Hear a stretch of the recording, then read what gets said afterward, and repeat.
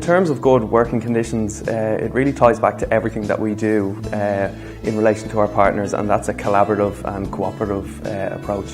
So from the very outset, in terms of best practice, we would establish a memorandum of understanding with the partner.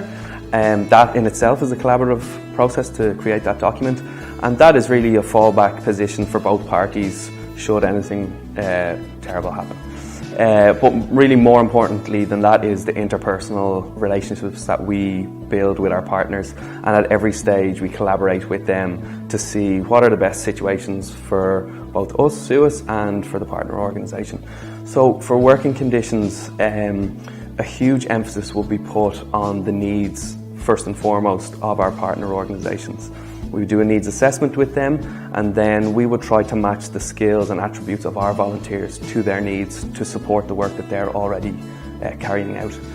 In terms of the preparation phase, we would prepare our volunteers so that they know that they won't be living in palatial surrounds, really manage their own expectations, that their working conditions will be safe, secure, but possibly challenging.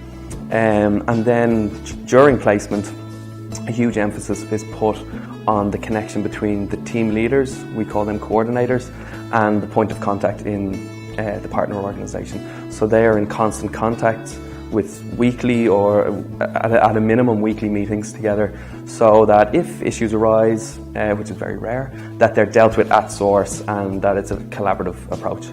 A great thing that our partners all do is on the arrival of volunteers, they will give them an induction day. So they will tell them about the whole, I suppose, array of activities that they're involved in, possibly the gaps and the supports that they need, and how the volunteers will fit into that structure. So they get to see the working conditions, the culture of the organisation, and how they can work together. So it really leads to a fruitful relationship.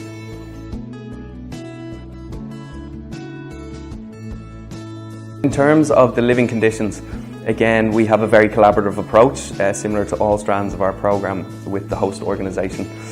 So in a pre-departure phase, we would rely on their expert knowledge of the local area to inform our decisions of where to house and locate volunteers.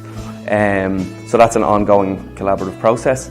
But in addition to that, we would send a delegation before any volunteers are sent to link with the host organisation, visit some of the accommodation that they're staying in, looking at routes of transport, potential risks there, and also accessibility to amenities and supermarkets, things like that, so that they're well placed, they're secure, and they have access to the local community.